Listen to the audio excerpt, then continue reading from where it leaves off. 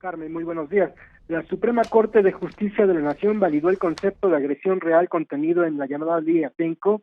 que regula la actuación de los cuerpos policíacos en el Estado de México, pero condicionando su aplicación a que la norma se interprete con pleno respeto a los derechos humanos y garantizando la máxima protección de las personas. Por mayoría de 6 votos contra 5, el Pleno de la Corte resolvió que el artículo tercero, fracción tercera, de esta ley que regula el uso de la fuerza pública en el Estado de México no genera inseguridad jurídica, por lo que seguirá vigente la frase que define agresión real como una conducta desplegada físicamente por una persona a la cual pone en peligro bienes jurídicos de un tercero afectado. Los ministros Alberto Pérez Dayán, Jorge Mario Pardo Rebolledo, Javier Lainez, Margarita de la Cruz Luna Ramos, Alfredo Gutiérrez Ortiz Mena y Luis María Aguilar votaron por reconocer la constitucionalidad de la norma con el argumento de que una agresión real debe sujetarse a otros preceptos constitucionales que obligan al respeto de los derechos humanos. El presidente de la Corte, Luis María Aguilar, rechazó que este párrafo de la ley de Atenco sea vago e impreciso como argumentaban las impugnaciones presentadas por las Comisiones Nacional de Derechos Humanos y su similar del Estado de México. Aguilar Morales consideró que no se puede cambiar la interpretación de la norma citada debido a que la propia ley Atenco delimita las circunstancias de modo, lugar, tiempo y forma para hacer uso de la fuerza pública. Vamos a escuchar. Por ejemplo, los artículos 6, 7, 8, 11 y 12 que establecen cómo será el uso de la fuerza pública, cuáles son las circunstancias que permiten a los elementos policíacos hacer uso de la fuerza, en qué casos podrán hacerse uso de armas letales, cuáles son las obligaciones de los elementos de las instituciones de seguridad pública antes de usar la fuerza y durante el uso de la fuerza, de tal modo que para mí es innecesario que el proyecto determine todas esas circunstancias. La ministra Luna Ramos advirtió que los cuestionamientos para dar más precisión al concepto de agresión real podrían provocar que la misma norma fuera inaplicable, puesto que la impugnación no se refiere solamente a marchas y manifestaciones, sino también a situaciones de combate a la delincuencia y al crimen organizado. Vamos a escuchar.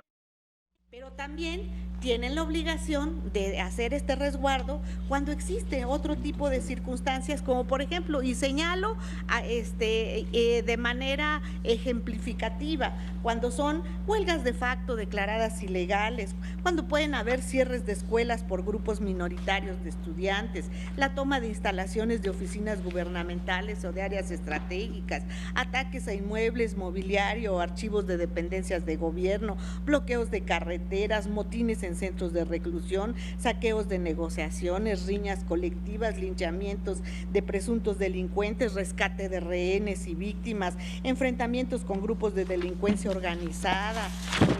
puede haber aprehensión de integrantes de células de grupos terroristas o guerrilleros en zonas urbanas o rurales.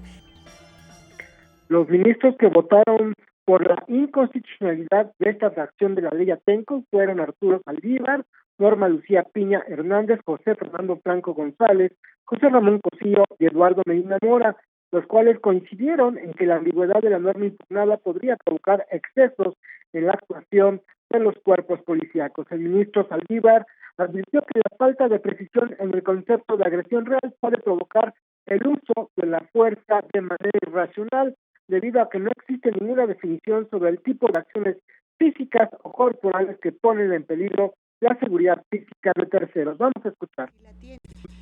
Me parece que esta definición no cumple con una exigencia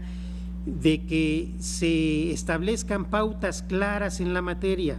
La definición, a diferencia de lo que se ha dicho aquí hace un momento, me parece que es susceptible de abarcar una gran cantidad de conductas en las que el uso de la fuerza no sería necesario ni racional. Y si bien no sería posible hacer un catálogo abstracto de conductas, sí es necesario al menos precisar la exigencia de movimientos corporales y el tipo de bienes jurídicos cuya protección justifica el uso de la fuerza.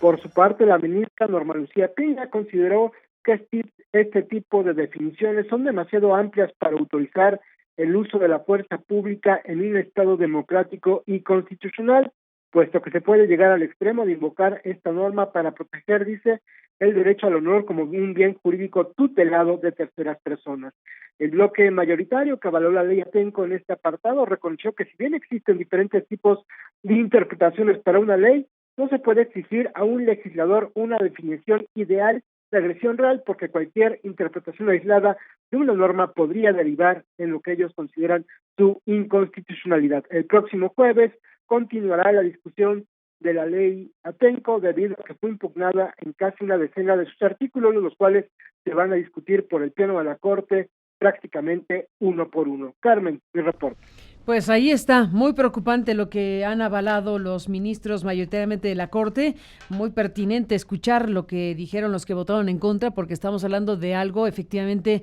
pues sumamente delicado, y por algo se le llamó a esta ley la ley Atenco, por evocar o para evocar uno de los hechos de violaciones masivas a derechos humanos que se vivió en el Estado de México cuando Enrique Peña Nieto era gobernador de esta entidad, y que bueno, pues se jalaron contra los manifestantes de una manera brutal. Hay todavía casos que han seguido incluso en la ruta de la justicia internacional para seguir impugnando, para seguir reclamando justicia frente a los atropellos que se vivieron en Atenco. Este capítulo terrible del Estado de México de violación masiva de derechos humanos es el obligado a traer a cuento cuando se habla de legislaciones de este calado. Por eso, como digo, no es gratuito que se le haya llamado la ley Atenco a esto que está estudiando y resolviendo la Suprema Corte de Justicia. Que es uno de los puntos importantísimos, de la agresión real, bueno, pues quedó ahí 6-5. Ganaron los ministros que avalaron este tipo de planteamientos, y quedan ahí las preocupaciones manifestadas por los otros ministros que perdieron la votación, en donde advirtieron con mucha claridad que el uso irracional de la fuerza en la actuación pública podría venir pues por la ambigüedad precisamente de la norma. Así que ahí queda este tema a cargo de la Corte misma, la resolución que está teniendo en estos momentos con la llamada ley Atenco. Así que seguiremos de cerca para informar al público de este espacio de Noticias en Vivo. Juan Omar, hasta aquí llegamos con este reporte, pero seguiremos muy de cerca lo que venga. Gracias y buenos días. Carmen, muy buenos días. Buenos días. Así están las cosas con este tema.